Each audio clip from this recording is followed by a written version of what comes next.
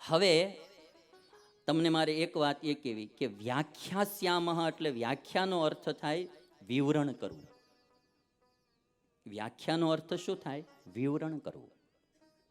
નારદજી એવું કીધું કે હવે ભક્તિની વ્યાખ્યા કરીશું. તો ભક્તિની વ્યાખ્યા કરીશું એટલે શું કરીશું? ભક્તિનું વિવરણ કરીશું. હવે આપણે આ ગ્રંથમાં શું કરીશું? ભક્તિનું વિવરણ કરીશું.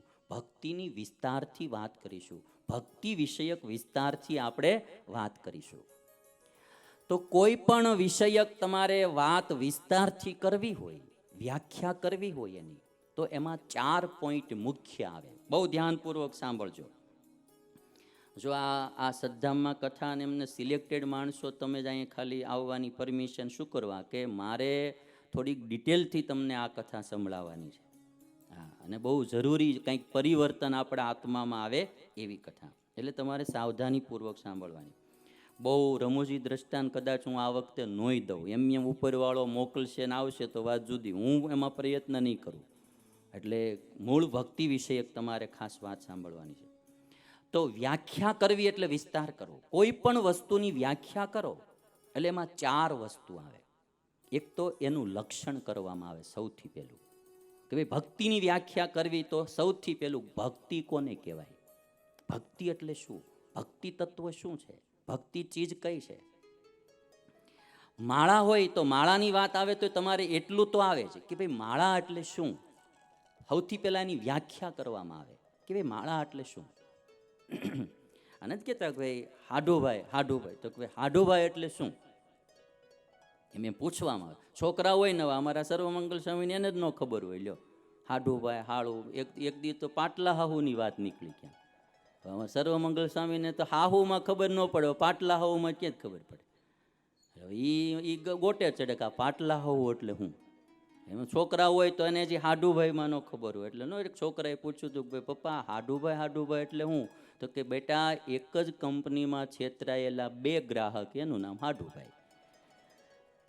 એટલે આ હાડુભાઈની વ્યાખ્યા કરી એના પપ્પાએ. એટલે ને એમાંથી ખબર પડે એમ કે ભાઈ હાડુભાઈ એટલે હું. જોકે આ તો એક અનુભવાત્મક વાત છે. બાકી એટલે આમ નહીતર એને એ કહેવું પડે કે ભાઈ એક જ પિતાની 2 દીકરીઓ સાથે જે અલગ અલગ ભાઈએ લગ્ન કર્યા હોય એ 2 પુરુષોને હાડુભાઈ કહેવાય. એમ તમે વાત કરો એટલે હાડુભાઈની વ્યાખ્યા થાય કે સગી 2 બહેનો સાથે જે 2 પુરુષોએ લગ્ન કર્યા હોય એ 2 પુરુષોને પરસ્પર હાડુભાઈ કહેવાય. આમ તમે એને વાત કરો એટલે એને હાડુભાઈની ખબર, એ એની લક્ષણ થયું કહેવાય, એ એની વ્યાખ્યા થઈ કહેવાય. તો કોઈ પણનું વ્યાખ્યાન કરવામાં આવે તો એમાં પહેલી ચીજ આવે કે જેની તમે વ્યાખ્યા કરો છો એનું લક્ષણ તમારે કરવું પડે. નારદજી સૌથી પહેલા ભક્તિનું લક્ષણ કરશે કે ભક્તિ કોને કહેવાય, ભક્તિ એટલે શું. આપણે બધા એમ કહીએ ભક્તિ કરવી છે તો શું કરવું? ભક્તિ આપણામાં હોવી જોઈએ, ભક્તિ આપણામાં હોવી જોઈએ તો શું હોવું જોઈએ? અને આ વ્યાખ્યાથી તમને ખબર પડશે કે ભાઈ ભક્તિ કરવી તો શું કરવું. ભક્તિ હોવી જોઈએ તો શું હોવું જોઈએ. આપણી પાસે માળા હોવી જોઈએ તો તમને ખબર તો હોવી જોઈએ ને કે આને માળા કહેવાય, તો આ આપણી પાસે હોવી જોઈએ. એમ ભક્તિ હોવી જોઈએ તો ભક્તિ એટલે શું? ભક્તિથી આમ થાય, ભક્તિથી આટલી પ્રાપ્તિ થાય, તો એ ભક્તિ એટલે શું? એમ ખબર પડે ને ભાઈ આપણને કે ભાઈ પૈસા હોય તો આનાથી ગાડી હારી આવે, બંગલો હારો થાય, પણ પૈસાની ખબર હોવી જોઈએ ને પૈસા એટલે શું, એ તો પેલા માણસને ખબર હોવી જોઈએ. એટલે ભક્તિની વ્યાખ્યા એટલે ભક્તિનું લક્ષણ સૌથી પહેલું થાય. એટલે હું તમને આજે એક ચાર્ટ દ્વારા બતાવું. કોઈ પણ વ્યાખ્યા કરવામાં આવે એટલે આ તમારે 4 વાનાની જ વ્યાખ્યા થાય. અવાંતર બીજું આવે પણ મુખ્ય આ 4 વાના. એમાં સૌથી પહેલું લક્ષણ આવે, એનું લક્ષણ કરવામાં આવે. બીજું ફળ, ઈ કરીશું કે ઈ મેળવીશું તો એનાથી ફળ હું.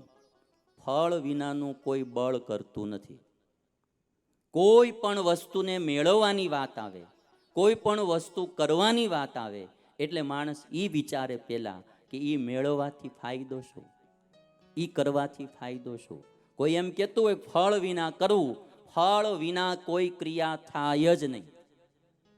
ફળ વિનાની, ફાયદા વિનાની કોઈ ક્રિયા થાય જ નહીં. એટલે સ્વામિનારાયણ ભગવાને કીધું કે તમારે કોઈ આ લોકની ઈચ્છા ન હોય તો ઈશ્વરને રાજી કરવા માટે પણ કર્મ કરવું. તમે જે કર્મ કરો એ ઈશ્વરને રાજી કરવા કરો, કે પ્રભુ હું આ જે કંઈ કરું છું તમે રાજી થાવ, મારે બીજું કોઈ ફળ જોતું નથી.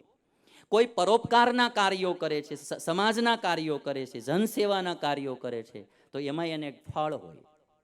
ભલે એને પોતાનો પર્સનલ કોઈ સ્વાર્થ ન હોય, પણ કોઈ માણાની એ સેવા કરે તો એનાથી એના અંતરાત્માને સંતોષ થતો હોય, એને શાંતિ થતી હોય, એના જીવનમાં એને સુખ મળતું હોય, એટલા માટે માણા કામ કરતો હોય. અને જ્યારે એને ઈ બી ન મળતું હોય તો માણા પરોપકારનું કામ પણ ન કરી શકે. ઘણીવાર તો પરોપકારમાં તો તમે જોવો છો, કરતો હોય તો માણાને પોતાના માન સન્માનની ઈચ્છાથી નહીં કરતો હોય તો એ એનું ફળ થઈ ગયું. કરે છે સમાજ સેવા, પોતાના પૈસા વાપરે, તન વાપરે, ધન વાપરે, બધું વાપરે, પણ એ વાપરે છે શું કરવા? માન સન્માન માટે. એ એનું ફળ થઈ ગયું સમાજ સેવાનું. કદાચ માન સન્માનની ઈચ્છા ન હોય તો એને કોઈ ગરીબો કે કોઈ સમાજને રાજી થાય અને એ બધા સુખી થાય, એનાથી પોતાના આત્માને તુષ્ટિ મળતી હોય, સંતોષ મળતો હોય, એટલા માટે માણા કામ કરે. અને કાં પછી એને એમ હોય કે આ સેવા કરવાથી ઉપરવાળો ભગવાન મારા ઉપર રાજી થાય, તો ભગવાનને રાજી કરવા એ પણ એનું ફળ તો થયું. ફળ વિના કોઈ બળ કરે નહીં. કોઈ પણ માણસ આ દુનિયામાં કાંઈ પણ મેળવવા મહેનત કરે છે કે કોઈ પણ ક્રિયા કરે છે, એ ફળ વિના કરે નહીં. ફળ વિના થાય જ નહીં. બિનજરૂરી જે કરતો હોય તો ગાંડો કહેવાય. એમાં કોઈ ફળ ન હોય. ગાંડાની ક્રિયાઓમાં કોઈ ફળ ન હોય, એને કોઈ લક્ષ્ય જ ન હોય, એની ક્રિયા કરી જતો હોય.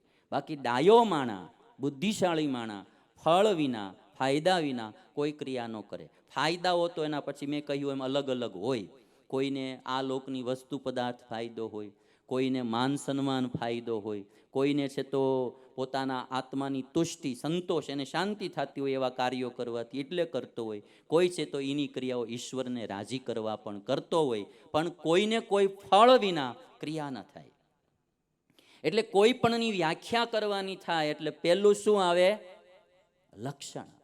એનું લક્ષણ કરવામાં આવે કે ભાઈ એ વસ્તુ એટલે શું. બીજું કે એ વસ્તુ મળે આપણને, કે એ આપણે કરીએ તો ફળ શું, અને તો ફળ શું. એટલે બીજી ચર્ચા ફળની આવે. એટલે નારદજી ભક્તિ સૂત્રમાં સૌથી પહેલા ભક્તિનું લક્ષણ કર્યું છે અને પછી એને એનું ફળ બતાવ્યું છે કે આ ભક્તિ જીવનમાં આવે તો પછી ફળ શું મળે, ફાયદો શું થાય, એને લાભ શું શું થાય. એ ફાયદાઓ બધા અદ્ભુત. આ બે ચીજ જ મને નારદ ભક્તિ સૂત્રની કથા કરવાની પ્રેરણા આપી. એક ભક્તિની વ્યાખ્યા જે કરી, લક્ષણ, એક જ સૂત્ર, બે સૂત્રો છે આમ જોવો તો, લક્ષણના બે સૂત્રો, અને પછીના ત્રણેક સૂત્રો જે છે ફળ પ્રાપ્તિના, એટલા અદ્ભુત લખ્યા છે નારદજીએ. એને એ વાંચ્યા મેં, મોહકામાં જ આવી જાય 5-6 સૂત્રો માટે. એક આ 2-3, આ 3 ને 3 6 સૂત્રો, બાજુ 6 સૂત્રો વાંચ્યા મેં પહેલા વહેલા. હું વિચારતો હતો શાંડિલ્ય ભક્તિ સૂત્રની કથા કરું કે નારદ ભક્તિ સૂત્રની. બેયના વાંચ્યા, બે સૂત્રો મેં. પછી મને એમ લાગ્યું કે આ 6 સૂત્રો એવા નારદ ભક્તિ સૂત્રના, આપણને એમ થયું કે આ 6 સૂત્રમાં લગભગ 7 દીની કથા થાય, એવા 6 સૂત્રો.